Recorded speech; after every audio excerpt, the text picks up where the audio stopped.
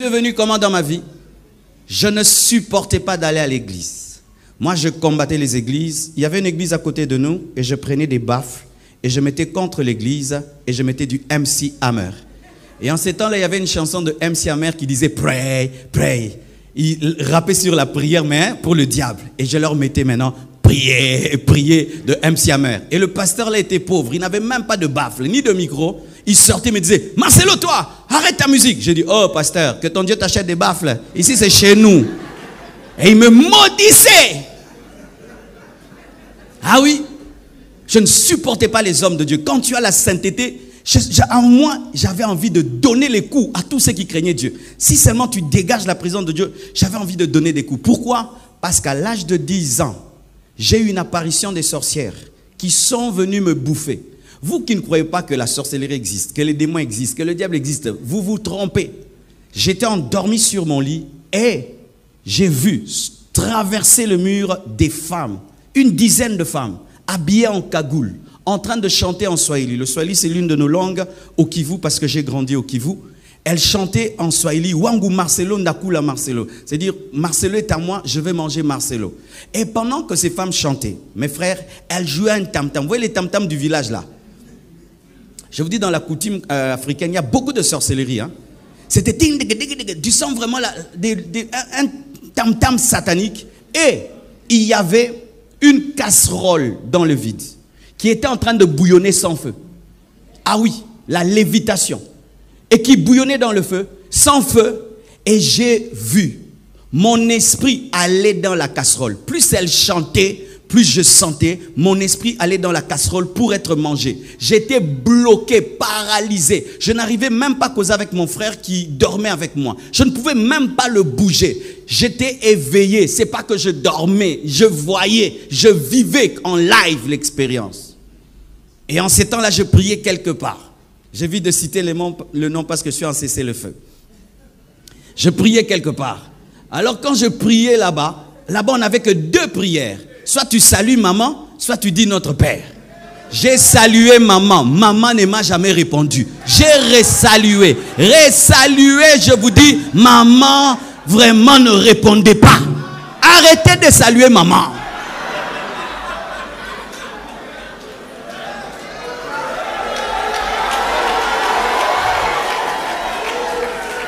Moi, j'ai salué, je l'ai salué, mais la puissance des ténèbres était toujours là.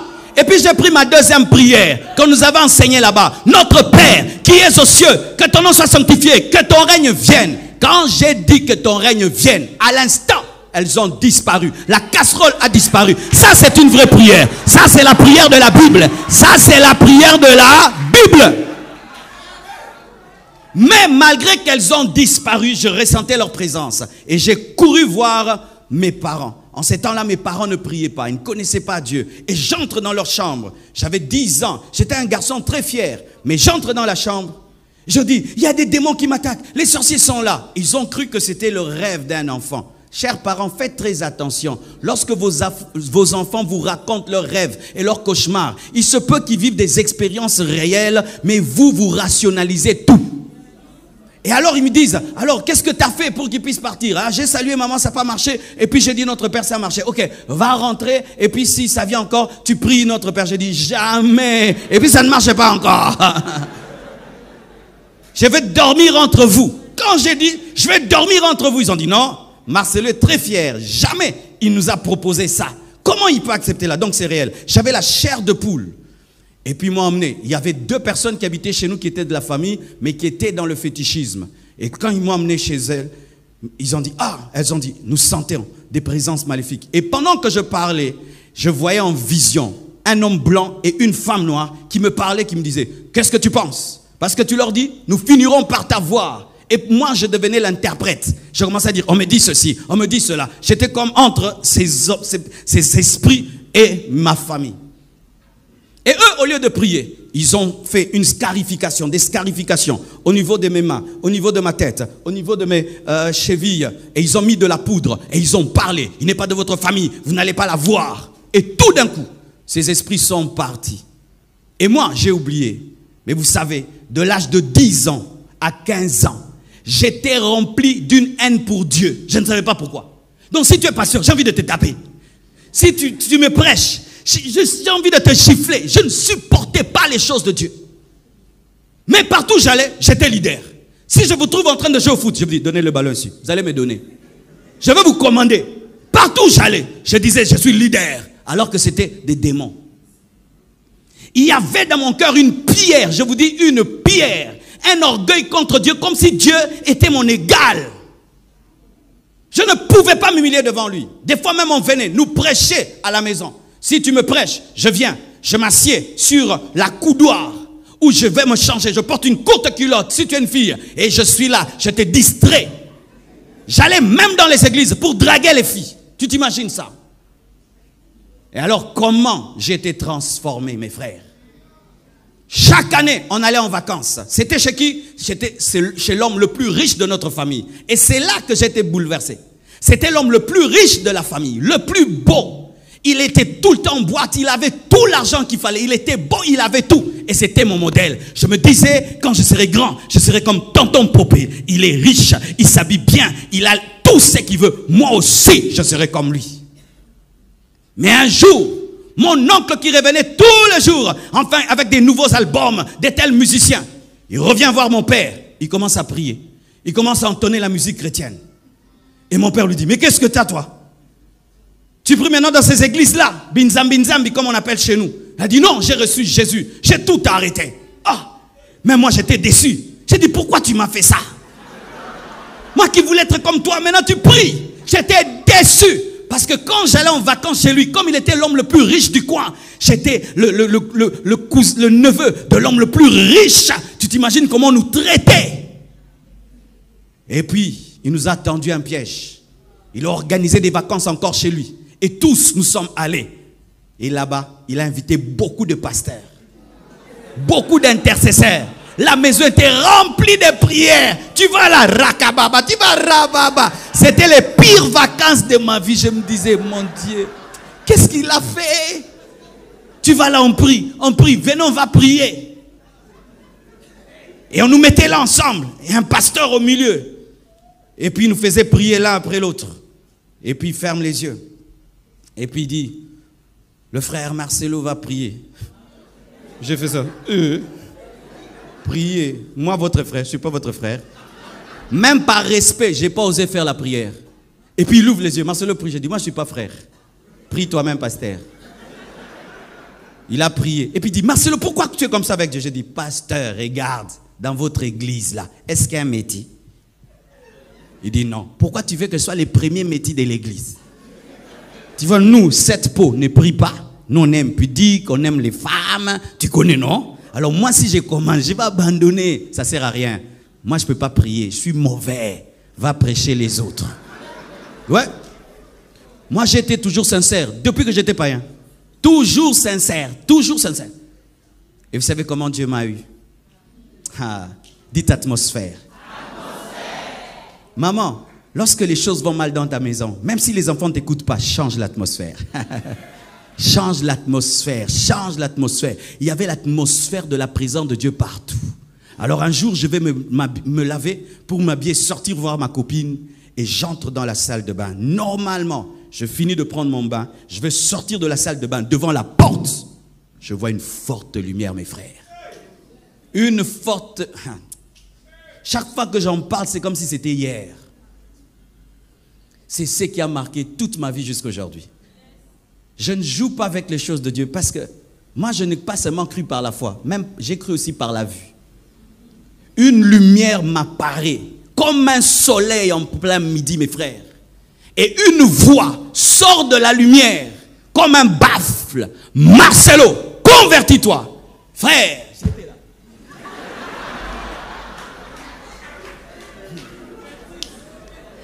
J'avais mon essuie sous mes reins. Et j'étais là. Il se dégageait de cette présence deux choses, la sainteté et l'amour. La sainteté me repoussait, mais l'amour me retenait. J'avais envie de fuir et de rester. Je sentais à la fois qu'il m'aimait beaucoup, mais je sentais à la fois qu'il était trop pur pour que je reste là. Il m'a dit, Marcelo, convertis-toi. Et j'ai répondu. J'ai répondu à la voix. On se convertit comment?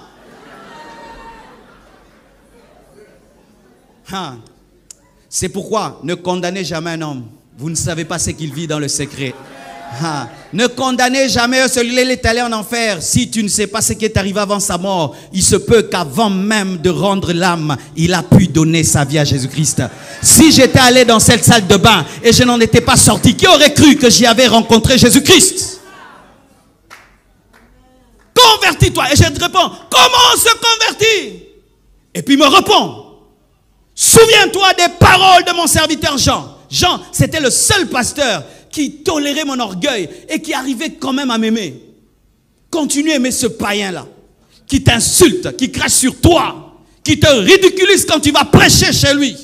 Continue à l'aimer, continue à le prêcher. Il se peut qu'il sera un grand serviteur de Dieu. Et Jean me prêchait toujours. Et Jean m'avait dit ceci, Marcelo, si tu fais un pas, Dieu fera 9 pas pour toi. Parce que je lui disais, Jean, moi je ne veux pas être moins sérieux avec Dieu. Je ne veux pas commencer puis abandonner. Il m'a dit, Marcelo, Dieu ne te dit pas de te changer toi-même. Tu ne peux pas te changer. Donne-lui seulement ta vie et lui va faire le reste. Et la voix me rappelle la prédication de Jean. Fais un pas, Dieu fera le 9. Toi seulement crois. Et moi, je n'ai pas fait les prières d'acceptation. Je ne veux pas choquer quelqu'un, amen, hein? Mais je dois dire la vérité parce que Paul n'avait pas fait la prière d'acceptation. Il avait eu la révélation que Jésus est Seigneur. Beaucoup de gens font des récitations sans révélation. C'est pourquoi nous avons des faux chrétiens dans les églises. Seigneur Jésus, mais il n'y a pas de révélation. Quand cette voix m'a parlé et m'a dit, souviens-toi des paroles de mon serviteur Jean. Et je me suis directement souvenu que Jean m'avait dit, si tu fais un pas, Dieu fera 9 pas. Mes frères, je ne sais pas ce que j'ai dit. J'ai seulement commencé à pleurer. Pleurer. J'ai ouvert la porte. Je suis sorti calme de la salle de bain. Les gens ne comprenaient pas parce que c'était moi la star des vacances, la star. Je suis sorti et je suis allé m'habiller. Après, je suis allé dormir. Et puis j'ai cherché une Bible après. Je l'ai ouvert comme ça, je ne connaissais pas la Bible. J'ouvre. Tout ce que j'ouvre tombe sur moi. J'ouvre ici, ça me touche. J'ouvre là, ça me touche. J'ai dit, ça c'est quel genre de livre qu'on écrit pour moi? Et c'est quoi? Donc ça me touchait à un niveau. Et puis j'ai déposé la Bible. Ça me faisait trop mal. Et à l'instant, mes frères, tu t'imagines, tu te convertis aujourd'hui. Tu as une expérience de Jésus. Mais à l'instant, quand seulement je dors, je vois des nains, petits comme ça, tout noirs, qui volaient dans les airs. Des milliers qui parlaient 3 langues au même moment. Le français. Ne sois jamais orgueilleux de parler français. Les démons parlent aussi français. Le lingala et le swahili. Et me parlaient aussi. Pourquoi tu t'es converti en français? En lingala, en swahili, Joanini. 3 langues au même moment.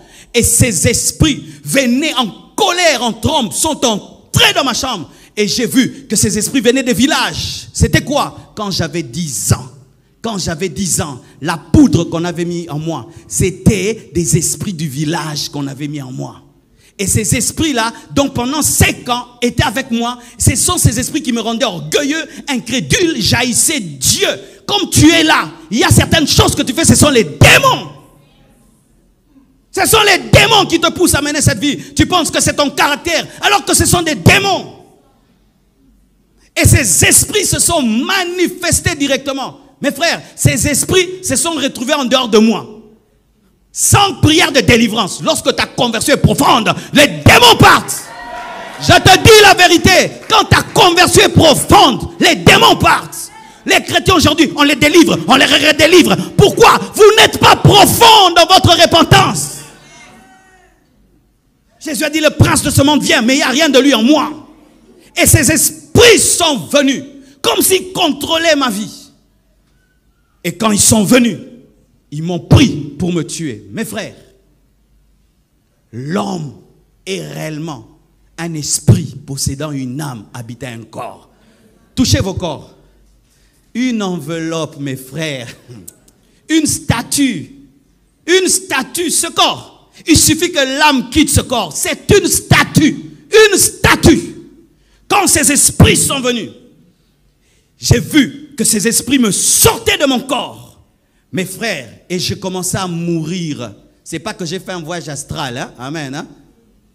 Je commençais à mourir. Et j'ai vu mon corps étendu sur le lit. Et j'ai vu, parce qu'on était dans une chambre avec plusieurs frères et sœurs. Et je les entendais causer, rigoler, parler. Je voulais leur parler, mais je n'arrivais pas. Ce jour-là, j'ai expérimenté que le salut est individuel. Vous qui avez des péchés de groupe, vous commettez une grosse erreur. Vous qui péchez en groupe, vous qui vous opposez à Dieu en groupe, vous qui menez des choses de groupe, ce jour-là, j'étais seul et je ne pouvais parler à personne. C'était ma vie, c'était mon expérience, c'était mon expérience, c'était mon expérience. Et quand je partais, je me suis souvenu parce que je ne connaissais pas la parole. Ma bouche physique était fermée. Ma bouche physique ne parlait pas. Il n'y a pas qu'une bouche physique, il y a aussi une bouche spirituelle. Je me suis souvenu, on m'avait raconté que quelqu'un un jour était allé dans un cimetière et puis il était attaqué par des démons. Il a crié au nom de Jésus-Christ, il était délivré. Cette histoire m'est revenue. J'ai crié Jésus. Jésus dans mon esprit. Tous ces démons m'ont lâché. Le nom de Jésus est élevé au-dessus de tout autre nom. Le nom de Jésus ne devient pas puissant lorsque tu le cites 2 fois, 3 fois, 4 fois. Le nom de Jésus ne devient pas puissant lorsqu'il est cité par un pasteur. Le nom de Jésus est puissant. C'est le nom qui est élevé au-dessus de tout autre nom. Il a reçu le nom qui est élevé au-dessus de tout autre nom, afin qu'en son nom, tout genou fléchisse au ciel, sur la terre et sous la terre, et que toute langue confesse qu'il est Seigneur, à la gloire de Dieu le Père. Mes frères, je ne connaissais pas tout ce que je viens de dire. J'avais seulement entendu le nom de Jésus. Quand j'ai dit Jésus, ces esprits m'ont lâché et je suis retombé dans mon corps. Mes frères, ce corps pèse. Ce corps, il pèse. Je suis retombé. J'étais un bébé. J'ai crié, les démons sont là. Tout le monde a fui. Tout le monde. Sortez-moi aussi. Je les délivrais, mais j'ai fuyé.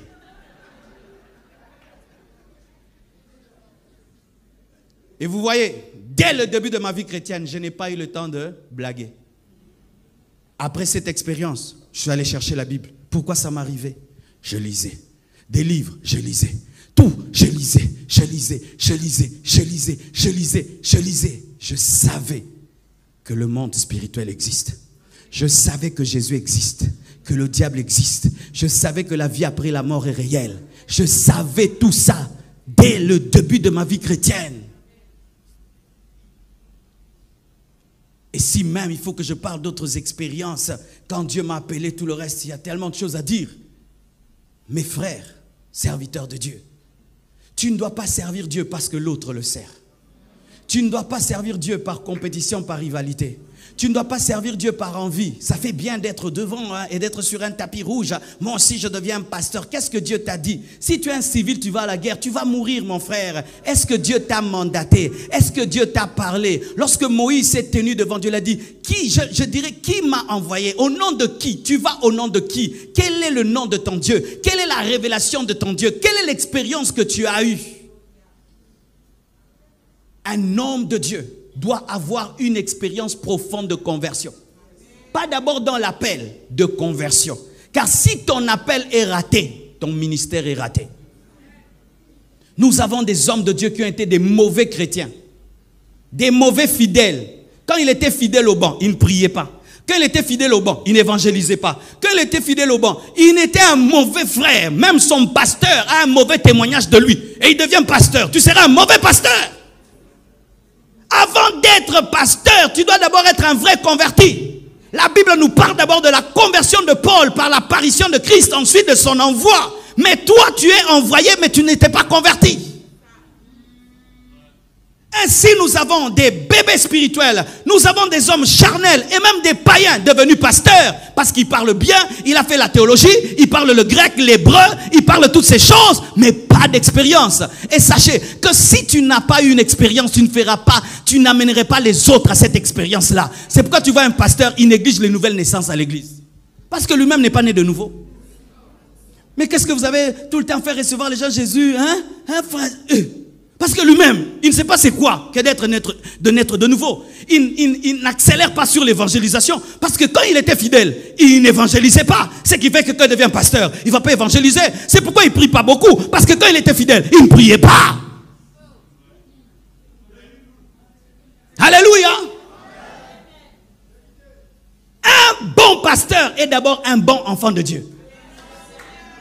Un jour, je vais rencontrer le pasteur Soumbé là. C'est l'un de nos aînés au Congo. Il a fait des années dans la sainteté. Il a une grande église, il est béni. Et puis je lui dis, pasteur Soumbé là, quel est le secret de ton ministère? Il dit, pasteur, j'ai tout fait pour garder le cœur d'un enfant de Dieu. Je dis, oh, simple comme ça. Il dit, oui pasteur, tu vois ces choses de prêcher là, tu peux perdre le cœur d'un enfant de Dieu. Je dis, comment? Il dit, oui, à force de dire aux gens, toi, tu oublies que la Bible te concerne. Et regardez un peu.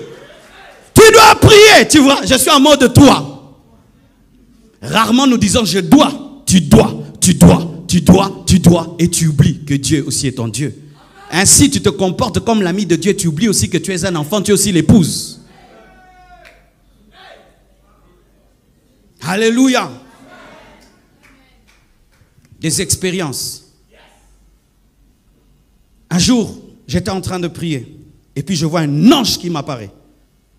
Il est venu comme un examen et me dit, Marcelo demande 4 choses. Maintenant, du coup, je devais répondre. Pas dire demain, maintenant. Et j'ai demandé 4 choses. Et puis il me dit, tu as bien répondu. Je t'ajoute la gloire et la richesse. Il a disparu. Ça, j'ai vécu ça. Dieu n'est pas que le Dieu de Salomon, mes frères. Dieu n'est pas que le Dieu de Salomon.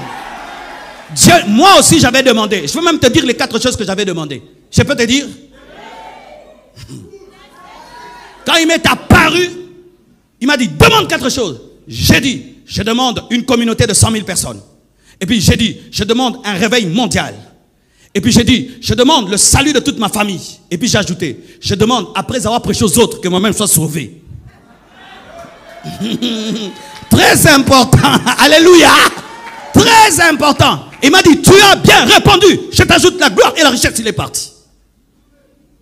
Chaque fois que je pense à cela, je sais que la gloire et la richesse m'accompagneront. Maintenant, quand tu vois quelqu'un, la gloire et la richesse l'accompagnent, tu combats ça. Est-ce que tu sais ce que tu combats? Tu sais qui tu combats? Vous voyez des choses de combattre, bicombatta, combatta. Bicombatta, combatta. Tu combats un homme, mais tu ne sais pas qu'est-ce qui est derrière lui.